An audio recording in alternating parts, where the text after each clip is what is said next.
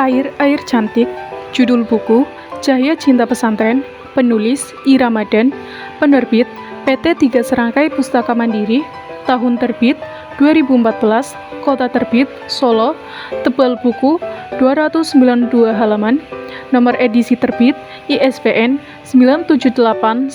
978-602-257-928-1. Cahaya Cinta Pesantren merupakan sebuah novel karya I. Ramadhan yang mengisahkan lika-liku seorang gadis di pesantren. Secara tidak langsung, kisah yang dibawakan akan memberikan gambaran tentang kehidupan di pesantren melalui peristiwa-peristiwa yang diceritakan.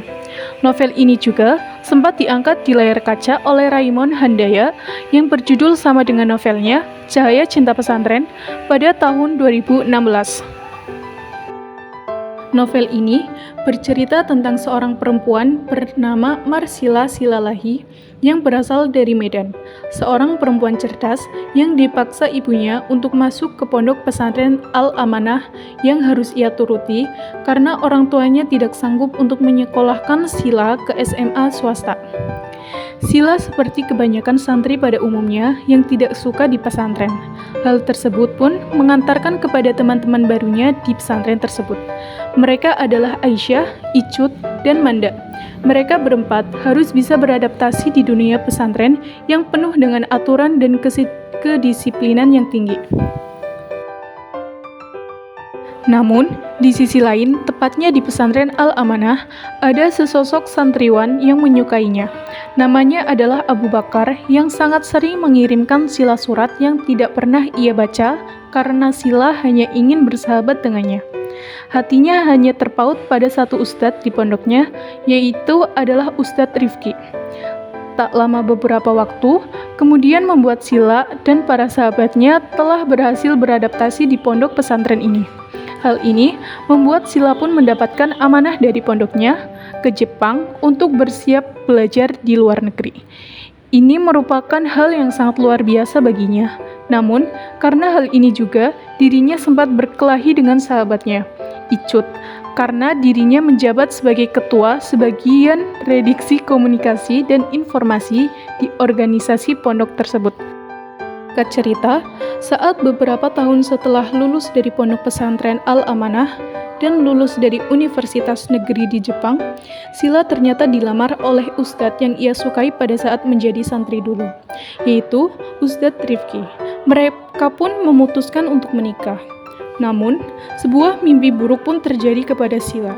Ia mengalami penyakit kanker otak yang baru ia ketahui, padahal gejalanya sudah terlihat waktu ia masih menjadi santri. Sila sering pingsan karena sakit kepala yang hebat. Dokter pun menyuruh Sila untuk operasi. Namun, sebelum operasi, ia memberikan pesan kepada sahabatnya Manda. Ia ingin Manda menikahi Ustadz Rifki yang jika ia tidak diizinkan Tuhan untuk hidup lagi. Pada saat itu, Manda baru saja mendapatkan musibah orang tuanya meninggal karena kecelakaan mobil. Sila rasa Manda lah orang yang tepat bersama Ustadz Rifki dan akan menjaga anaknya nanti kelak. Kelebihan yang dapat diambil dari novel Cahaya Cinta Pesantren ini adalah sampul buku yang digunakan sangat menarik, alur cerita yang mengalir sehingga mudah dipahami oleh pembaca, dan penggunaan kata yang mudah dipahami membuat novel ini menjadi bacaan yang menarik untuk dibaca.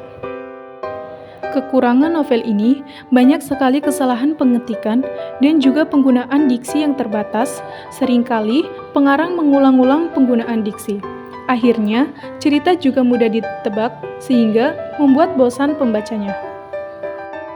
Simpulannya, secara keseluruhan, novel ini sudah bagus. Ketika ada kekurangan novel tersebut ditutupi dengan cerita yang menyentuh hati para pembaca. Ditambah lagi, cerita yang berlatarkan sebuah pesantren yang membuat kita mengetahui bagaimana menjalani kehidupan menjadi seorang santri.